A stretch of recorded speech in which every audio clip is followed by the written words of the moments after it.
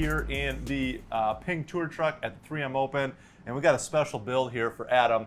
We are going to build Neal Shipley'S Thriver driver, and I know Adam plays one as well, so he's excited to show us what this is all about. Absolutely. This is a club that is near and dear to my heart. I love it. I never want to go back. Like, I hit it so good, I call it my point and shoot driver. So you point and tell me where to hit it, and I'm going to hit it. And I'm not that good of a player like these guys are out here, but it is so high MOI, it's so forgiving. It's an amazing club. I absolutely love it. So I'm very excited to show you And this. I think everyone can use a little point and shoot, right? That's right. So let's dive in, show us the Thriver. This is Neal Shipley'S specs. Yeah, Neal Shipley'S specs. Did it for him at Valspar. Excited to have him out here on the PGA Tour once he comes off Corn Ferry.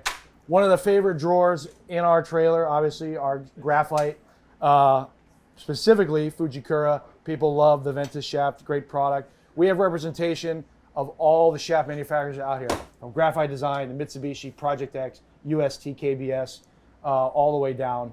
So we're able to build whatever the players are going to need. Neal plays a Ventus Black in this specific, in an 8X tipped 1.5 inches.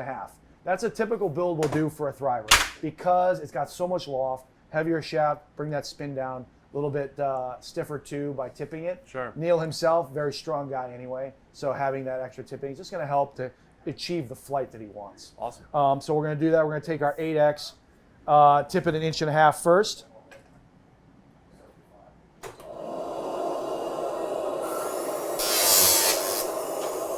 Cut it, and then we actually just use a hand file to do our tipping. And why not use the grinder to tip here? We could use that belt. I think sometimes you can get a little bit too aggressive. It takes a little too much off.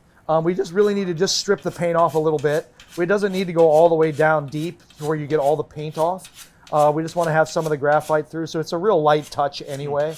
And by the time I honestly walk over there, do it, I'll be done here.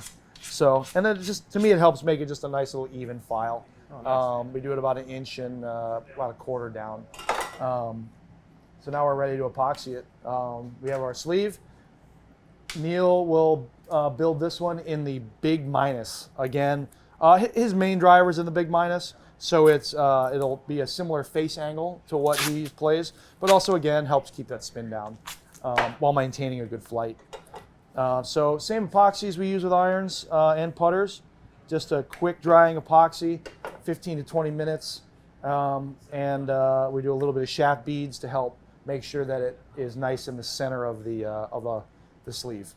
So just mix it up. Oop.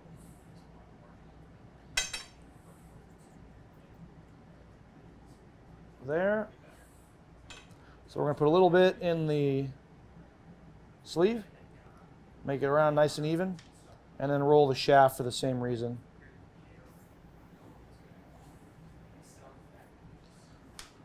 And then put it in, sleeve it in the big minus so the graphics line up, push it down, and I'm going to give it a tap right over here. Make sure it's fully seated, and then wipe some of the excess epoxy with our chemicals. So it's nice and clean. And then finally, I'm going to take a head, put it on the sleeve, and just make sure that it's lined up right on there on the graphics so they can't see it. And then finally, we're going to put it over here, and we're going to let it settle. This is something we do with all of our graphite. There's just a small amount of play in the shaft, in the sleeve, with how the shaft sits in there. If we let it sit here for 2 to 3 minutes, it's going to let the epoxy and the shaft settle in a common position. That way, when we do a bunch of different shafts for a player, they all settle in the same orientation to make sure that the loft comes out pretty close to identical. Sweet. So we'll let that sit for a couple of minutes. We'll bring it over to our curing cell that we did the same for irons. That'll go for about 5 minutes, about 160 degrees, helps speed up our build times quite a bit so that we can continue to build it. With a driver, we can get it done 10 to 15 minutes. As soon as that grip's ready to dry, it's ready to hit. The epoxy will be good to go. Awesome. So we'll let that sit for a few minutes and then move on. All right, so our shaft's ready. Now we're going to go into our drawers here, find our G440 Max 12-degree head. All of our drawers outfitted with everything we need for the week. So looking for our 12-degree. We have them right here. So first thing, we're going to put it in the big minus, and we're going to measure the actual loft because there is a little bit of a tolerance for the loft of the club. And these guys that play out here, guys and girls, the half to a quarter degree can matter. So we want to make sure that we get the number spot on. So first thing we're going to do, we want to cut it to length. Neal and typical Thriver builds are around a 3-wood length. So 43 is our standard. Neal's is just a little bit longer at 43 and a half. Mine, for those who are wondering, is at 43. It's short to help hit it just really straight. That's what the whole driver build is for. So in this case, we're looking at 43 and a half. So we mark it. We actually mark it an eighth short to make up for the grip cap. So it'll be 43 and a half finish length. Come over here to cut. Do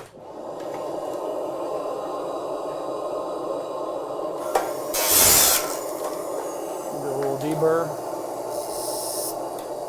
Smooth that out. And then we'll check it. Make sure we're at 43 and 3/8. And there it is. Okay. So this is a PING designed loft and lie gauge for woods specifically. We have our center point already marked. We do that to make sure that we're measuring the loft at a common location for every driver we build. So put it here, and we make sure the indicator is directly on the dot and flat to the face. So this driver in the big minus comes out at 12.35, so about 12 and a quarter, or sorry, 10 and a quarter, which is the target loft we're looking for Neal.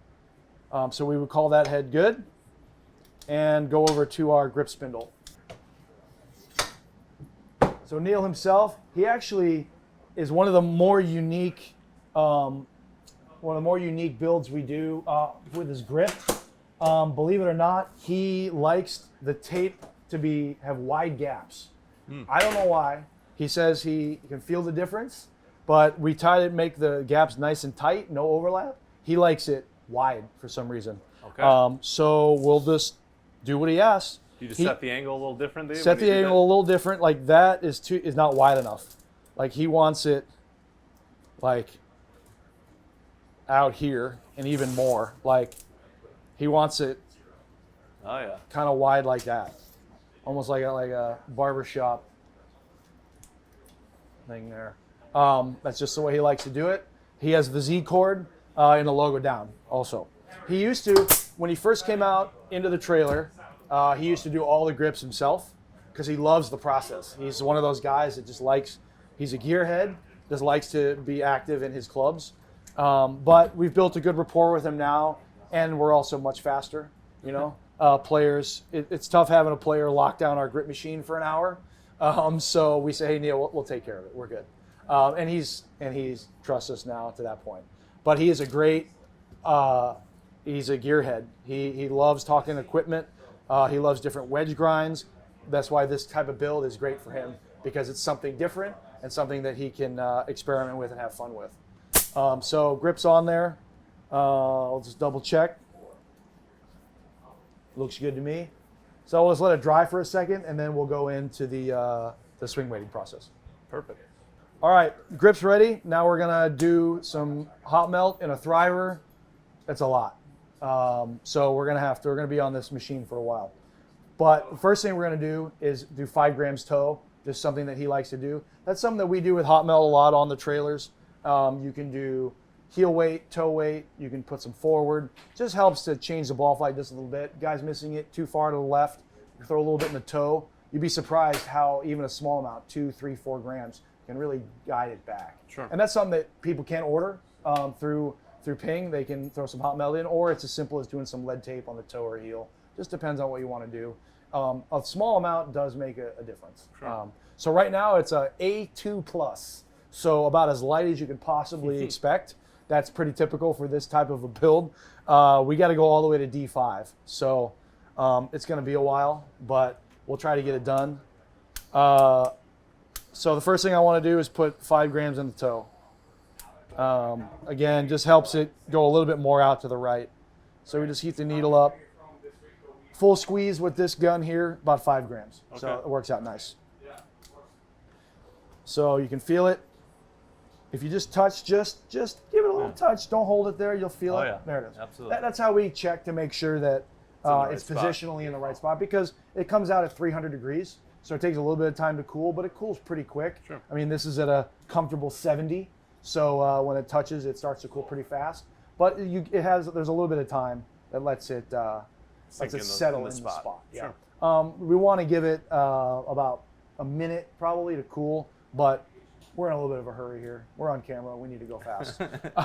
So Neal Shipley's waiting. Neal's waiting for it. So our standard is a 32 gram back weight. We have a spread from 14 to 38 grams that we can do the back weight. So for this, we need the heaviest back weight we can possibly use, 38.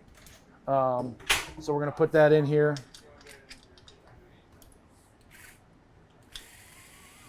Screw it in, see where we're at. So we're trying to get to D5. All right. We're at C8. So A2 to C8. We're getting there. That actually helped quite a bit. And so let's heat it up here. And why do you heat the needle up before? It cools off, and the hot Keeps melt. it flowing. Yeah, it keeps it nice and flowing. And so I'm going to do a couple more pulls. So that's D1. D4-ish, and then a small squeeze, try to get to D5. So this I'm going to have to let sit because we just put about 13 more grams in the head. It takes 13 grams longer to cool than it does 5, as you can imagine. So let me just give it a few seconds if you want to wait. And now you're just putting it in the... From there, we'll double check and make sure that it's D5. We can try it now. So we'll see how good I did. Oh man. Oh, right on the money, D5. Oh, D5.0. yeah. Right on, right on. That was lucky. Very lucky. Last thing you got to do, in order for it to be conforming, we got to make sure that we plug the hole. Just because if you don't do that, it might sound a little weird. Mm-hmm. Also, it might whistle. So we don't want that happening. We got a little hole there. So we just come here in our plug, in our drawer, find our plug. This is nice. It's threaded, so we can actually take it in and out. So if Neal needed a little more in the toe, we could take that plug out, change the back weight to a lighter back weight, and then put some more in the toe. That way it's the same swing weight. That's why we have that full range of back weights, mainly because all these different builds, but also if we need to make some adjustments after the club is built, we can just do that. Awesome. That helps a lot. From there, we would give it, actually he could probably hit it right now if he wanted to, but there's your Neal Shipley Thriver build, something, as I said, near to my heart. There it is, just point and shoot. Got it down to D5, G440 Max Thriver. Awesome.